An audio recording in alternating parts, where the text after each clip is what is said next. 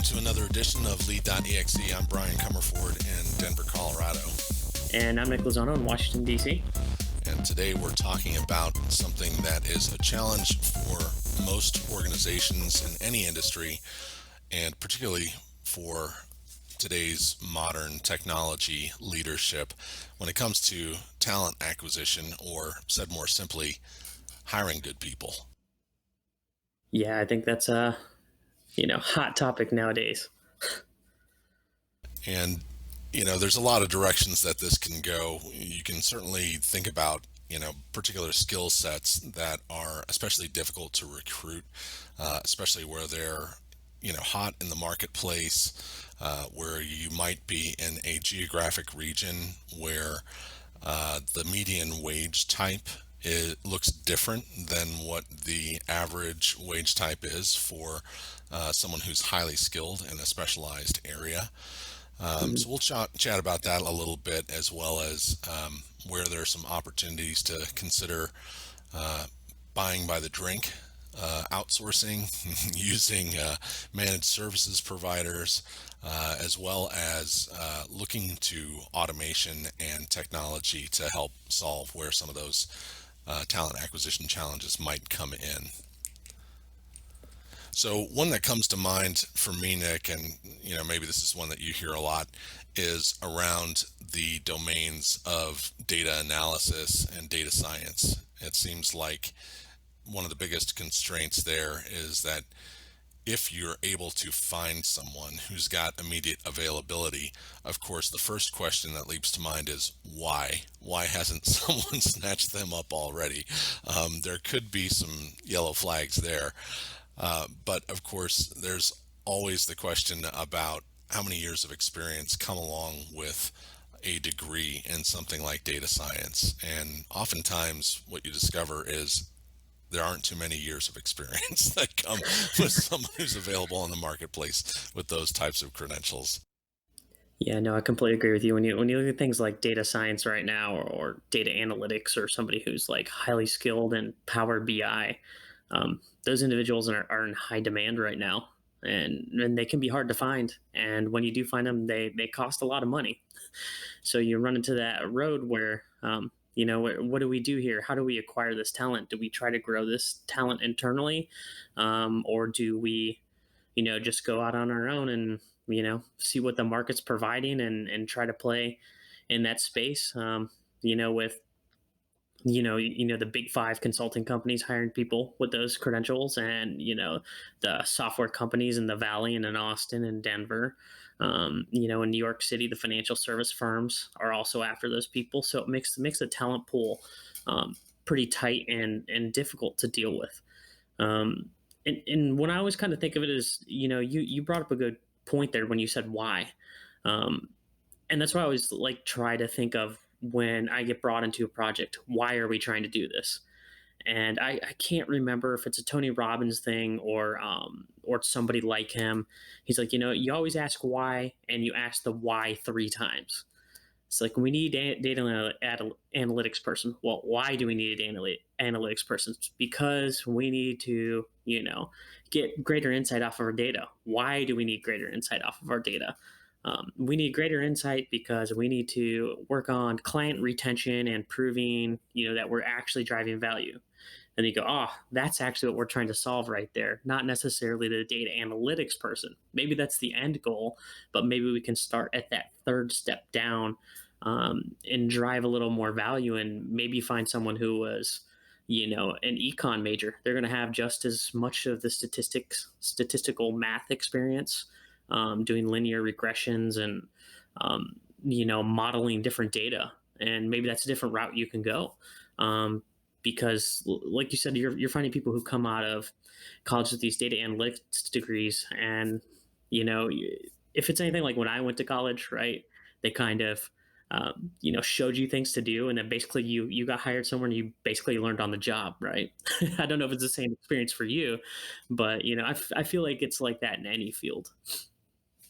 Well, there's always a degree of learn by doing, and that's especially true when you step into an industry that might be completely foreign to you, as it was to me when I came into the commercial insurance industry. There was never a time where I was going to college or in my life, to be honest, that I thought insurance, hey, that sounds like an industry that's got a lot of sex appeal.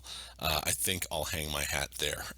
But as someone who cherishes opportunities to innovate and a lot of the creativity that goes around software development and utility development in particular, part of what I learned early on coming into this industry was there was nothing to do but innovate. So it's sort of seeded my creative interests in that way, and I've been sort of locked into it for a long time now as a result of those things. Part of what you touch on that I think is really critical, though, particularly when you are starting to do an external search to bring in that talent and you've gone through the process of asking the why and answering those things adequately to know that you do in fact have a need for that particular role or resource. Having an opportunity to look within and see what kind of talent that you've got already inside your organization, where you might have someone who has a very strong organizational understanding of how the business operates, or some of the nuances of your particular industry type. And they might also have enough of an interest and acumen that they could be developed into the type of role that you're looking for with adequate training. It's not always a perfect fit. If you take someone who's sitting in a role that is, not very analytical to begin with, and you move them over into something that requires a high degree of analysis. So you have to kind of beat the bushes, or see who's already risen to the top, to demonstrate some of that proclivity already. And take the time to have the conversation, as well as to know your people, to have a sense of where there might be someone that could be a good internal candidate like that. And sometimes that just comes with having conversations with other leaders within your organization, right? Finding out kind of, who some folks are, who might be in their reporting downline. What is it that they're doing? I saw that Sally brought a pretty cool graphic representation of some analysis into a recent organization-wide meeting. And I had no idea that she had an interest in that kind of thing. And as she walked through it, it was clear that she really had a command of the underlying data, even though there was some room to grow with what the graphical execution looked like. That can be a perfect opportunity to say, we might have someone here who's already got enough business savvy that with some additional training, they could be the right fit to be put into a role that we're trying to actively recruit for. No, I think it's definitely you touched on a good point is to look internally. Um, when I always look internally for people for technology roles, I always look for someone who's very curious, right? They want to know why something works or how it works, and they kind of have the drive to go look for the answer too. I mean, especially with today's day and age. I mean, you can learn anything you want on YouTube, which is just really amazing that you can plug in how to do anything in there that you want to do with probably Power BI. And you can get going all by yourself, probably in like 5 minutes, making a dashboard. Not to mention like the free products that Microsoft gives out because they want people to use their product and buy it because it's not a cheap investment. But I always like to look for those people who have that curiosity itch and who want to solve problems. Yeah, and with that, I think goes that tinkerer mentality. Who is it that likes to get in there and play around with things? Sometimes you have folks who have a very undisciplined approach to that, which is clicking on, oh, what's this button do? What's this button? What happens if we try this? That kind of curiosity is good up to a point, unless it might have some actual production impacts across your enterprise. But when you've got someone who has some curiosity around finding some tools that might be freeware, open source tools, and they have figured out how to quickly build their own utility. Maybe it's not very sophisticated, but it accomplishes something that actually solves a genuine business need. That's when I think, the signs are right that you may have somebody that could be elevated into a different type of role. Yeah, no, I like that idea, and I like the idea of kind of driving small wins, right?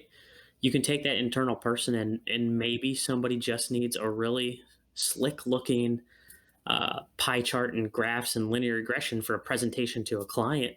And that's where you can start with that lower level person, right? And put them on that, give them something with a clear direction of where you want it to go, but just let them roll with it and explore. Say, these are the charts we need. We need it to show up on this PowerPoint. Give me the best looking thing you think you can do. Go for it. Take every other Friday for the next 2 months and see what you can put together for this slide deck presentation for this big client, and we'll all get together, and you can roll us through it and what you've built before we actually present anything to the client.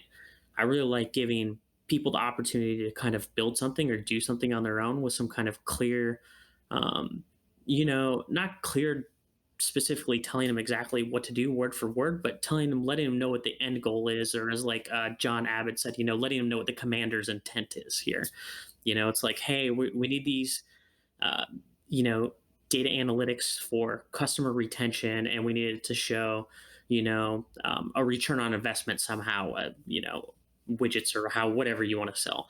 As long as they know what the end goal is, you just kind of let them go and do it. Give them some of that free time. Allow them to fail over and over, and let them know it's okay to try stuff and come back with a jumbled pile of mess. I mean, that's how we all kind of learn, right? I think you're we right. we were all that IT guy at one point in time.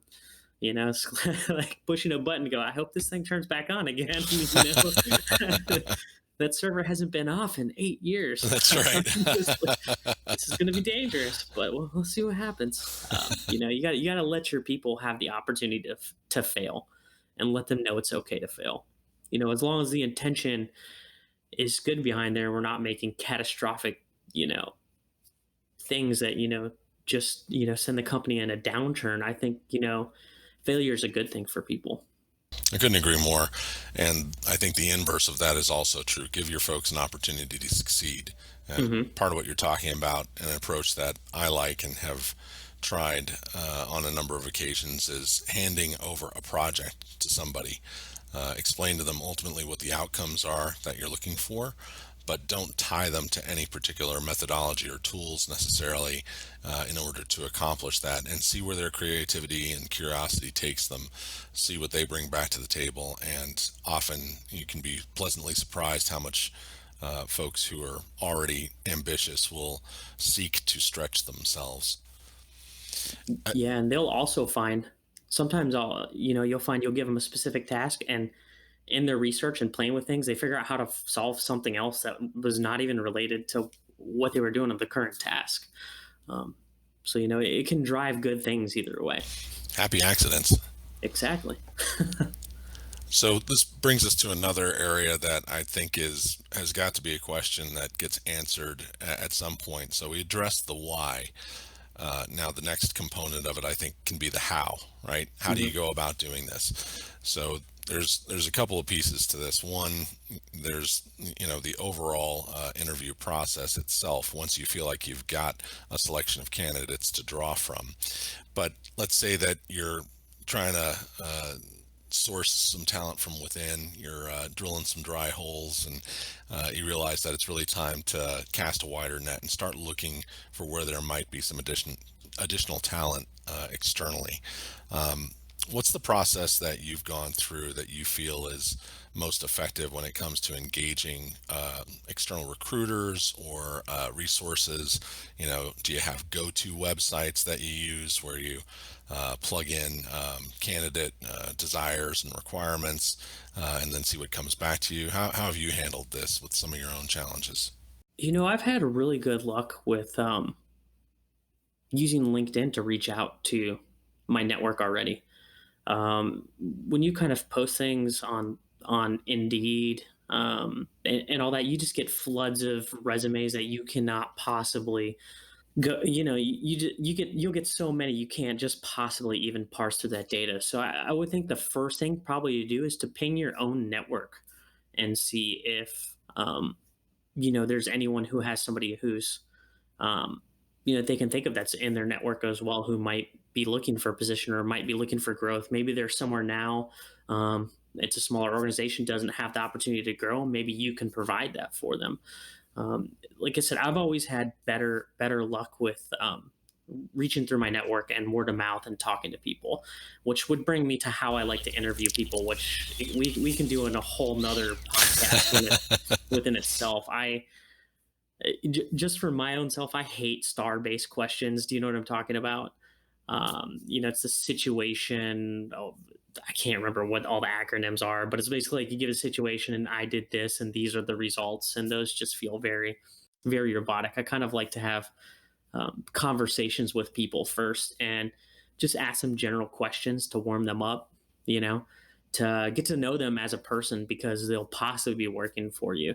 And then kind of just ask them what they've done in the past and let them, talk about their experience of like maybe we're talking about Power BI or, like what types of forms they've built in Excel. Maybe we can just have a discussion about that. And then maybe we'll bring them in a second round. Like, hey, can you show us some of that stuff that you built? As long as you're not in NDA with any of that, or you're not under any kind of security clearances or anything like that. I've had better luck by, like I said, so reaching through my network and doing like more personable interviews with individuals. Yeah, I think those are great recommendations. And, certainly LinkedIn is an awesome, powerful resource. Looking to other groups where you might not necessarily have an electronic database component attached to it, board memberships, board, Hmm. even board members that where you're not a member of that particular board, but you have some kind of relationship with other board members. They tend to have broad networks. Same is true for various types of meetup groups. Whether you've got an affinity interest group or, it's something that you can go out and search and join. Searching on meetups, I think, is also one of those ways pretty quickly to be able to find, where is there a close local consortium of people who are dealing with a challenge that you're trying to solve, particularly if it's a talent challenge for you, where you're going to come across a lot of different people. They're already all in that domain, trying to solve some of those challenges today. They're leaders who are conducting projects around those types of things. So a recent one for me was robotic process automation, right? Wanted to Hmm. find out kind of who's working in it. It didn't matter to me whether or not it was actually within the industry I'm in. In fact, I kind of preferred that it wasn't. I wanted to hear how other industries were solving similar types of challenges, as well as where are some of the resources available, who are some of the best vendors or frameworks to be working within, so that it wasn't just all shielded by some of the same type of answers that you get when you're saddled in groupthink within your own industry. Yeah, no, I really like the website you're referencing is meetup.com, right? And that's really great even for what we were discussing previously about bringing someone up in talent, because a lot of times they have groups and they get together and they do projects and they discuss things. And it's a good learning environment for people too.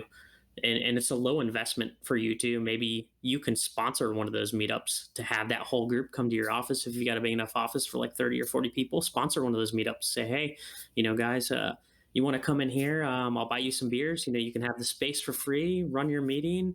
Don't try to sell anyone hard on a job, but be there with your hand out and talk about the frustrations you have, and if you're willing to give more than you take from somebody, you're probably going to make a good friendship there, a good network connection to help you solve your problem for you. Love that. So, STAR, the behavioral interview questions that you were referring to: situation, Yeah, task, action, that's results. what it is. I hate those. It seems so like 1950-ish. You go in there and it's like, well, there, Brian, Can you tell me about a time when you were under a lot of stress and how did you handle it?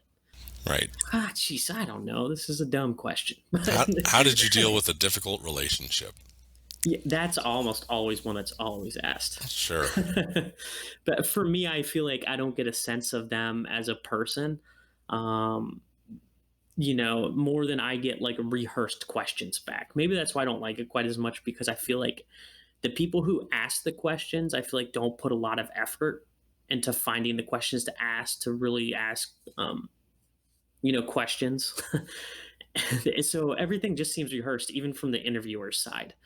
It doesn't feel very personable, and that's not the way you're going to interact with them every day when you're actually in the office and you're working on projects together. So I want to kind of know someone as a person first, because maybe they're just not a cultural fit. They could have the best resume in the world, data analytics star, but if they don't fit your culture, like say you're a 100% remote work company and they want to be in an office every day, they could be the best rock star in the world. They're probably not going to last, not because they can't cut the mustard and do the work, but it's not a culture fit. So, when we're acquiring talent, we have other issues just besides, the expertise behind it. Yeah, I think those are great points, Nick. And, one of the questions that I tend to like to ask in interviews is one that we actually ask of a lot of our interview subjects here, which is about what you like to read. Hmm. First of all, I like to get a sense whether or not someone, in fact, is actually a reader type. It's interesting to know is that even a content choice, for somebody. And then certainly, you find out where someone has invested some of their time recently. To me, it's always interesting to know a little bit about the quality of what interests them, the types of things that they want to choose to explore, topics that may be near and dear to them, and that can spawn a whole different series of questions and conversations. No, I like that too. It's funny, people put their hobbies down on their resume, and I know in today's age it's kind of mixed, like whether you should put hobbies down or interest.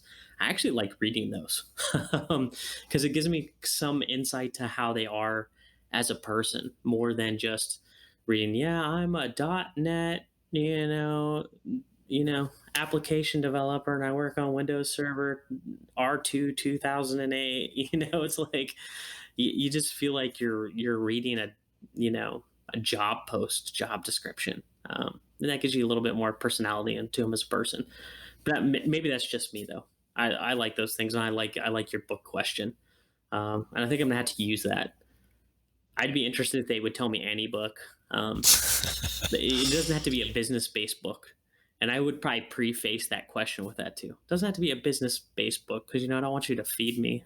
Yeah, yeah, exactly. Think and grow rich, or it's like feed me some other book that you think I want to see, or like what's the 1 to 100, or is that the God, who's that Peter Thiel book that everyone always talks Oh yeah. about?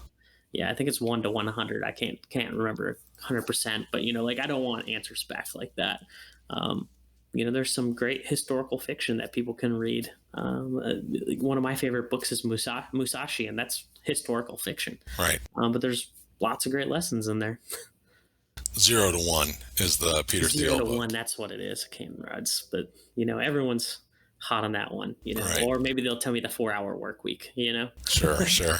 I like Tim Ferriss, but I don't need to hear answers you think that I want to hear. If they're reading the 4 hour work week, that might bring up some questions as to whether or not they're really looking for a job. Oh, that's true. Hey, automation. And that That's looks big right. on automation, Brian. So Okay, so we were talking about, some of those questions to ask. One thing that I like to ask in interviews is, really around tell me something that you're proud of, that you feel created value in your current role or in a recent role in your past. What are those things that you feel like if I were to pick up the phone and call one of your coworkers today, they would point to that thing and say, "Hey, this was a difference maker for us." To me, those are interesting questions to pursue because ultimately that's what you're looking for, right? You're looking for someone who's a value creator for your own organization. That's who you want to bring in.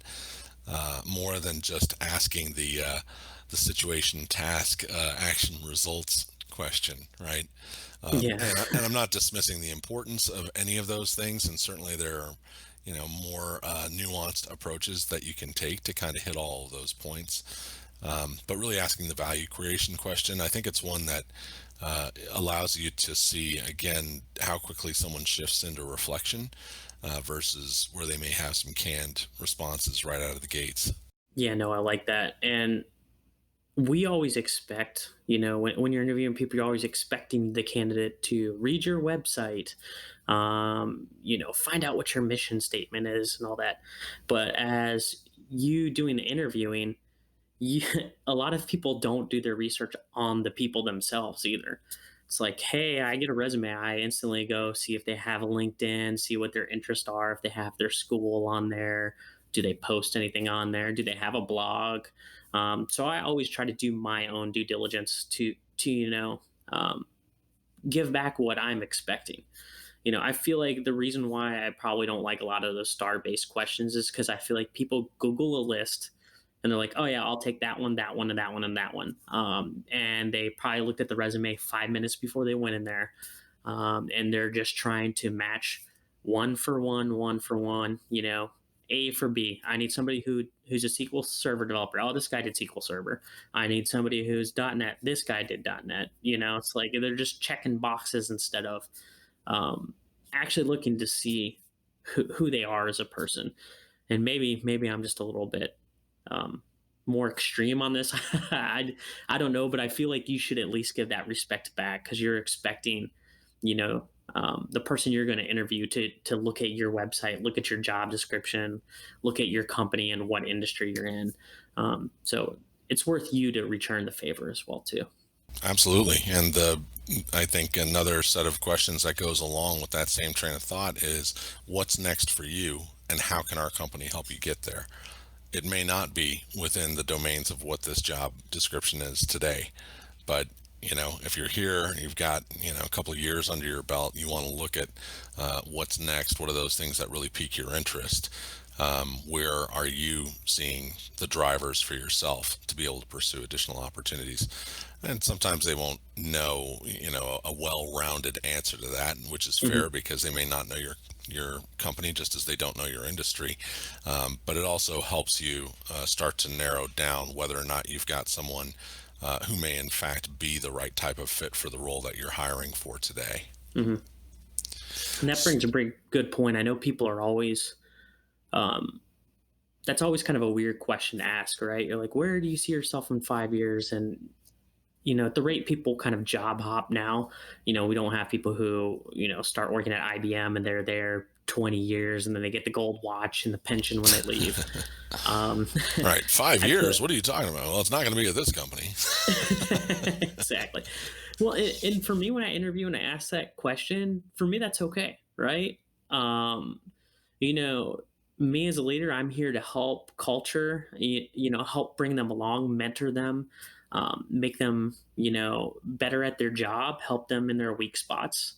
Um, if I'm not doing everything I can to make them better, and then they possibly go get a better job than what I have for them, how can I be mad about that, right?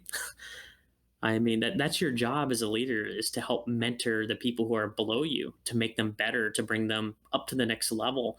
And maybe you don't have a spot open for them on a team, you know, but they go off somewhere else and you never know, it could come back around. Maybe one day you need a job and they're higher than you. And they'll just remember that great experience. I just feel like you as a leader, you have a responsibility to help mentor and bring these people up and not worry don't worry about quite as much as where they'll be in 5 years, if they'll be here, if I put that investment in them.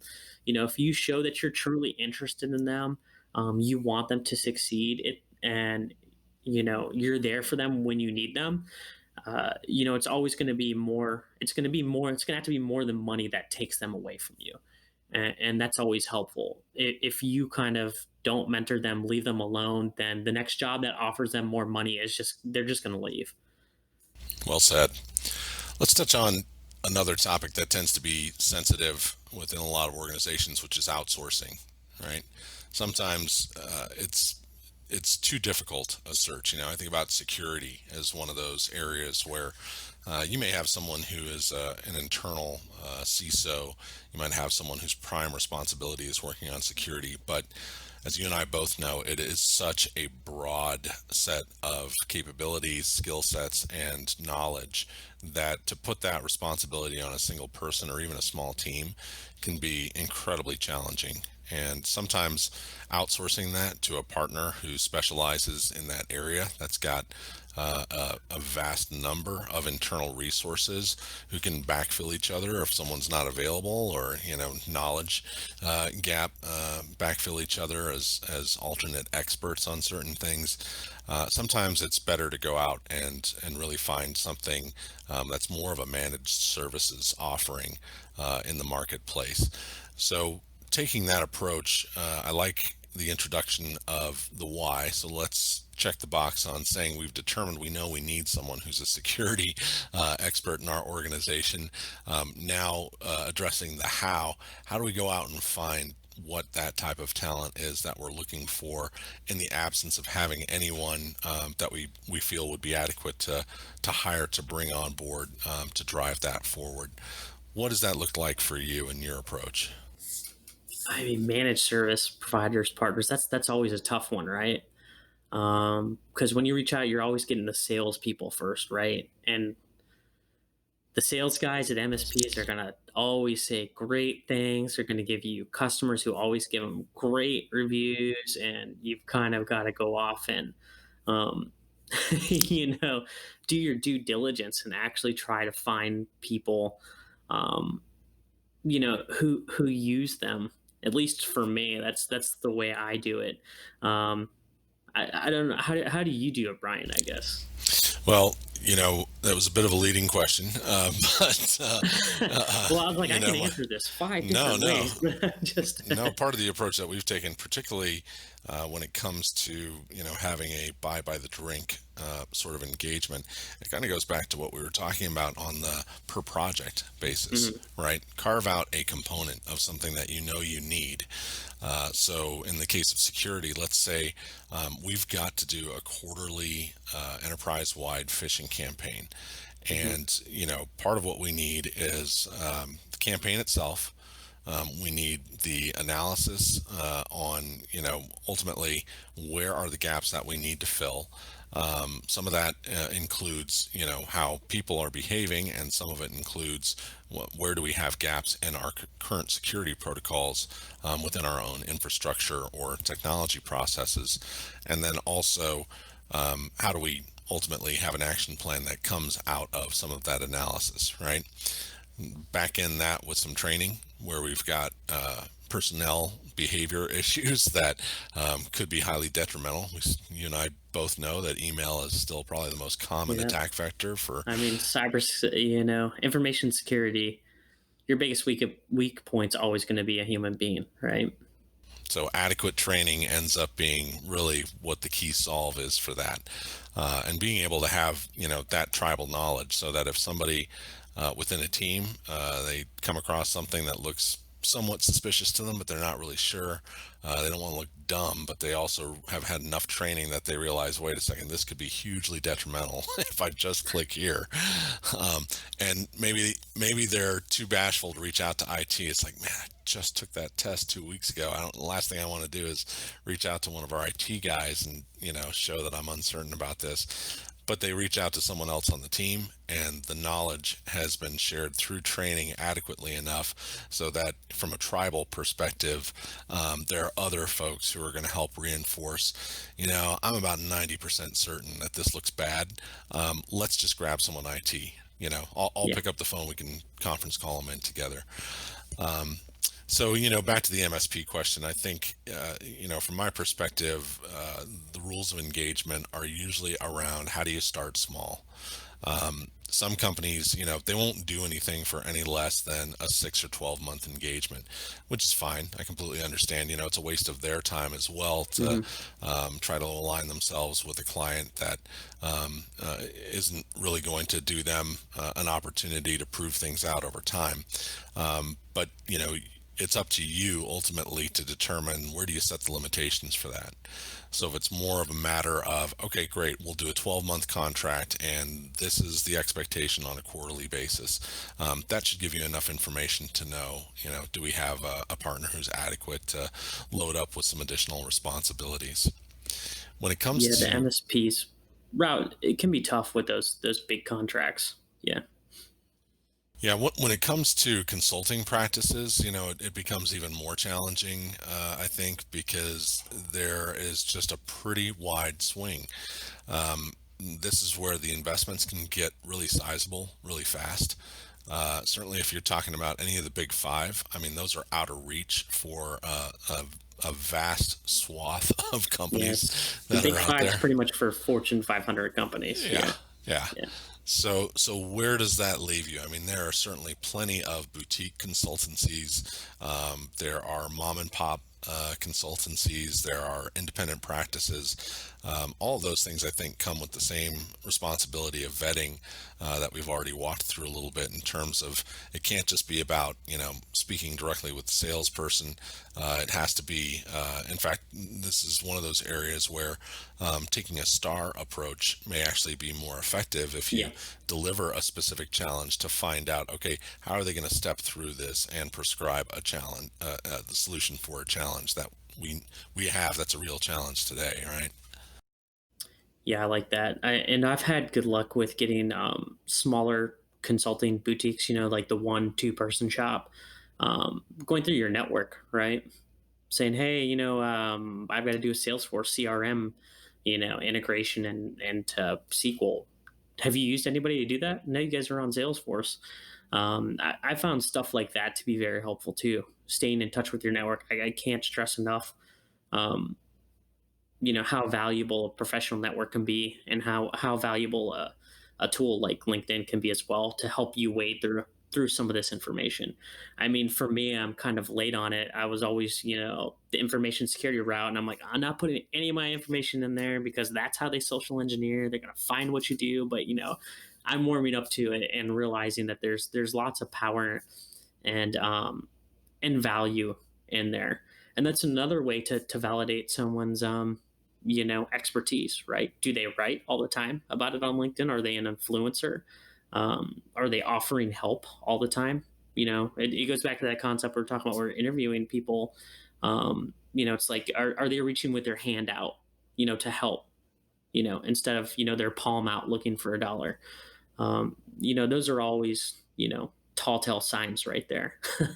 That if they're looking Telltale for a signs. dollar for anything, they're like, well, for me to do an assessment or just coming to talk to you, it's going to be XYZ.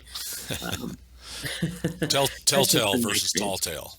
Tall tale can have a completely different meaning for it. Exactly, yeah. But like I said, your network, professional network, professional associations as well too, can be very helpful to ping off to find um, some of these consultants, or to wade through some MSPs as well too, Yeah. can be helpful too. Oh no, I highly agree with that one. It's much easier to reach out to somebody who you may see either on a client list or has been engaged in working with a certain type of consultant or MSP, and just ask, how did you arrive at whoever it is that you've got engaged, or what do you think of them, or any red flags that we should be aware of. We're talking to these guys today. So, kind of last on my list was really the role of automation. When do you get to a point where you have to go through an internal analysis to determine whether or not the job that you've got today is even one that's worth being done by a human being? We've been doing that for years in IT, right? That's right. I think the big shift was email, right? Don't take my Exchange server away from me. I'm not going to have a job. And what do they do now? They manage an Exchange that's in the cloud. Right. And life's better, right? You're like, you don't have to restart that thing and pray that it turns back on, a Saturday at 3 in the morning. Oh, absolutely. Um, Backup and so, recovery looks a lot different too. yeah. And have you tested your backup and recovery? That's always the other part of the story, too, right? We Oh got yeah. backups. Have you ever tested them? I don't know. Right. It's like, Yeah, we tested them 3 years ago and they worked great. Well, that was 30 years ago, but Yeah. that's for another podcast. Sure enough. We'll call that one, complete restore challenges. Yeah, and everyone has their story of a restore not working. I don't care. Who you are. We all have the horror stories of turning the server off and it not coming back on. Even virtualized ones. I've had Oh, that happen, absolutely. but it's Yeah, like, no question about it. yeah, but I digress. I forgot where we were there. Automation. So, part of why I ask this question is because more and more there are just a lot of routine activities that they may not be optimized in terms of how their process flow works today, where they would really be good candidates for automation. But to me, that's part of where technology can work in partnership with the business. In particular, if you have a business analyst or a tech savvy PM, folks who have some organizational understanding of how the business processes are working for the organization today. That's where the discussion can get really rigorous around, well, let's find some things that might be ripe for the picking for automation. And again, it's not to take away someone's job, it's really to enhance where their skill set can be applied elsewhere. Because the fact is, if you've got tasks that, if they are leaned out enough, can be identified as so routine that a robot can perform them, they're probably not worthy of a human being's attention. As much No, as some yeah. folks like to bear hug that kind of stuff, Well, and if you look back at history too, right? You look at the industrial age, right? And the assembly line when Ford came out, they're like, well, this is just going to completely take everyone's jobs away, and we're going to lose lots of factories workers. All they wind up doing is they wind up transitioning to being the people who fix the machines that run the lines. They just kind of transition. It's not that jobs are lost, they just kind of shift, right? And we've kind of dealt with that for years in IT. I mean, especially as everything was kind of like all our stuff's on prem. We can't put a single thing in a private cloud or a public cloud at all. And now people are just taking their stuff, saying, "I don't want any hardware at all. Just put it somewhere else." And a lot of people's staff have had to adapt to that. And your employees, the way you want to sell it to them is that do you want to do something else that drives more value? Do you want to learn something new? Like, look, this automation can take you know 15 minutes of your day every day back for you, and at the end of the month you have a couple of days that are just free. Why don't you work on some small project and build something that you think might be helpful for you or for us as a company? It's a good example for your data analytics person, right? Absolutely. Someone, we're going to give them a couple of days of time by throwing that automation in there and letting them do something that's more value driven. If not something that affects the bottom line of the company, maybe it's an education investment in that person, then they can drive value later. Yeah, it's not to say that there's not going to be some attrition that goes along with some of what automation allows an organization to execute differently about. There are some folks who, may find themselves edged out. That's very true.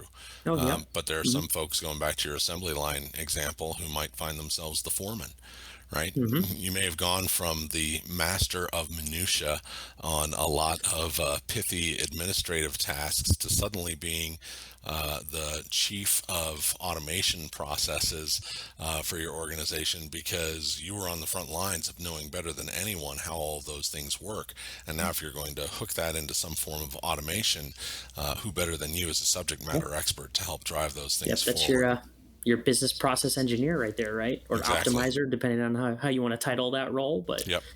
they can go from being the person who physically did it to the one who engineers the process and manages the process day to day, which is kind of cool. Like, if this was all and we could build anything you wanted, how would you want it to be? And you just let them run with that.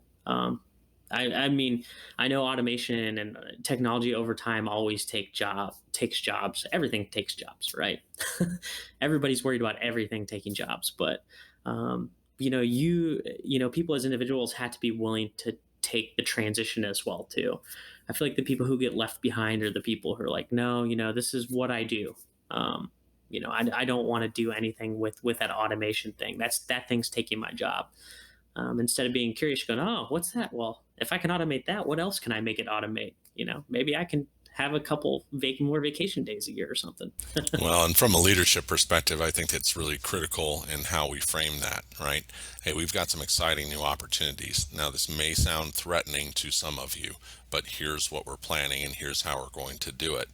Let's see what we can do to collaborate together to find out where this journey is going to take all of us. If you've got some valued resources internally currently that you want to retain over the long term, but they're going to have to go through some role revisioning, then it's incumbent on you as a good leader to be able to help message that in a way that's non-threatening, as well as to look for where some of those genuine opportunities might be to help continue to enrich and grow the workforce that you've already worked so hard to recruit. Yeah, no, and that's total. I mean, if they're great employees, you're doing your job as a leader, you're probably looking for opportunities constantly to educate them, anyways.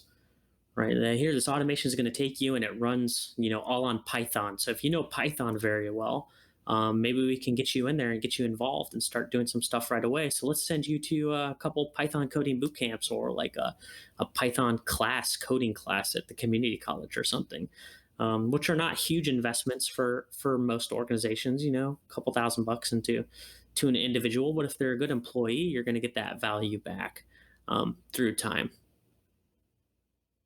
Amen to that.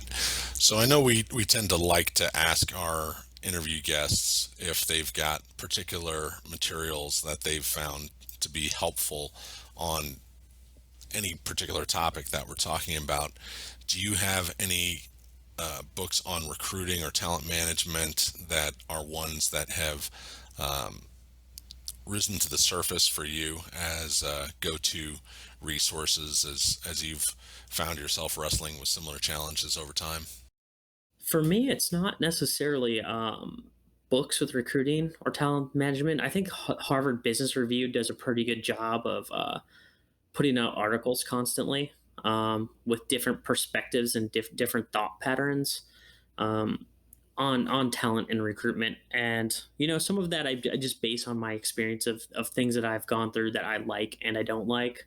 Um, and like I said, as you're a leader, you're a mentor, and you should be doing everything you can to help your people as well too. So, what about you, Brian? Do you have any books on talent and development that you've? You know, one of the books that I've seen recently that I haven't been able to dive into deeply, but it's one that I know some of our own internal corporate recruiters have referred to, and one that I've heard from a couple other external recruiters is The New Talent Acquisition Frontier. Mhm. This is a book that I think is intended to address a lot of the things that we've been talking about, even though its focus is more around higher education, right? The idea of diversity in the workforce is one that I know has been a challenge for folks like myself, who are, I'm of the age that I am, and I'm of the gender and race that I am, and that can be limiting when we've got a lot of organizations and industry types that are trying to employ a diversity strategy. This is a book that kind of takes that same approach and looks at how you start building sustainable talent management, more from a higher education perspective. But from what I've heard, it's got a lot of those lessons learned that can carry over into any type of industry. No, sounds great. I'll have to read that one. Unfortunately, my reading list lately has been kind of short on talent development and diversity and inclusion. I know D&I, as they're calling it, right? D&I, diversity inclusion, is pretty big nowadays. Um, you know, uh, but it's something people should be talking about, and making their place more welcoming, more diverse, right? Absolutely. One other that I'll put out there that has sort of a similar bent on some of the topics that we've touched on here is called The Talent Fix by Tim Sackett. and that one is A Leader's Guide to Recruiting Great Talent. It's never there's never just sort of a procedural approach to how any of this is executed successfully. There are a lot of considerations that have to be made in order to be effective with it, and hopefully the episode that we've had today has touched on a number of those points and helped elucidate where some of those key challenges are that you have to consider as a leader who's constrained with finding good people.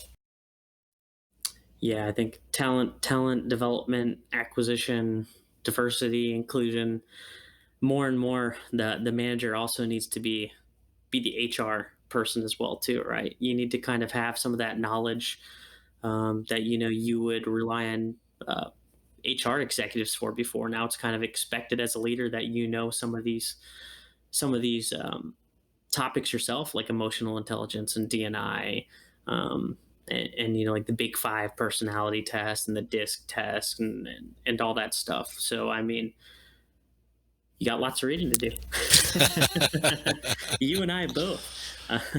Oh my goodness, there's more reading than there is time. Exactly. That's why they made audiobooks And and podcasts. podcast and there's lots of great content. You can get lots of great information from more things than just books. Cool. Thanks, Nick. Hey, appreciate it, Brian. It's our solo podcast, so hopefully everyone enjoyed it. All right. Thanks again for joining us for another edition of Lead.exe.